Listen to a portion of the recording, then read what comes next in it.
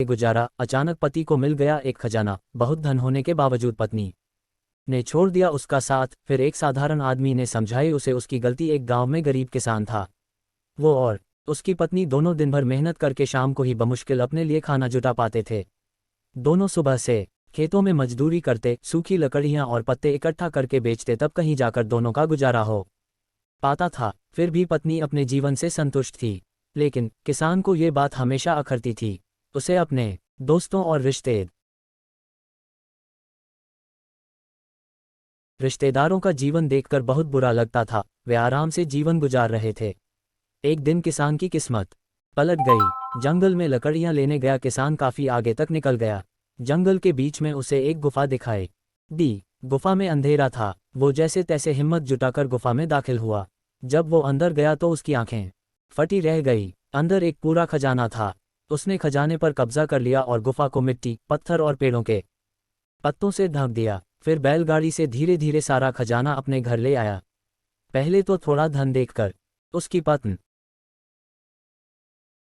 पत्नी बहुत खुश हुई, लेकिन जब किसान रोज गाड़ी भरकर धन घर लाने लगा तो पत्नी ने उसे रोका। समझाया कि इतना धन इकट्ठा करना ठीक नहीं है। जितने धन में हमारा जीवन आराम से कट जाए उतना आप ले ही आए हैं। लेकिन किसान के सिर पर धन की धुन सवार थी। उसने नया घर खरीद लिया, नौकर चाकर रख लिए, पूरे खजाने को अपने घर में सुरक्षित करके रख लिया। धीरे धीरे उसके धनवान होने की बात दूर दूर तक फैल गई।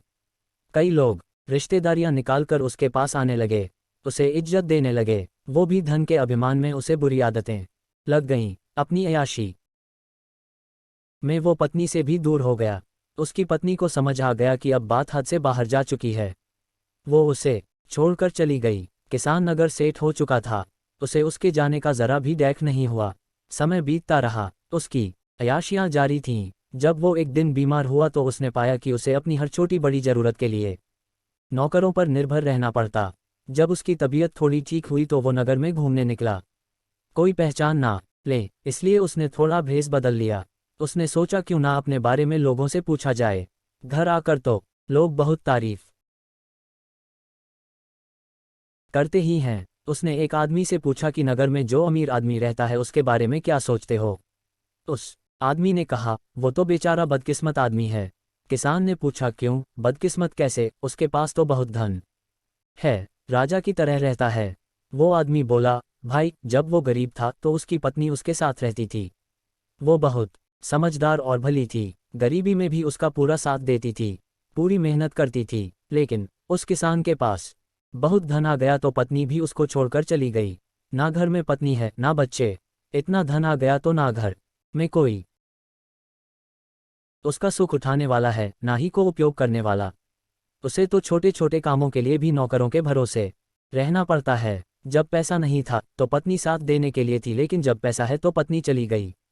ऐसा आदमी बदकिस्मत ही तो है। किसान को अपनी गलती समझ आ गई।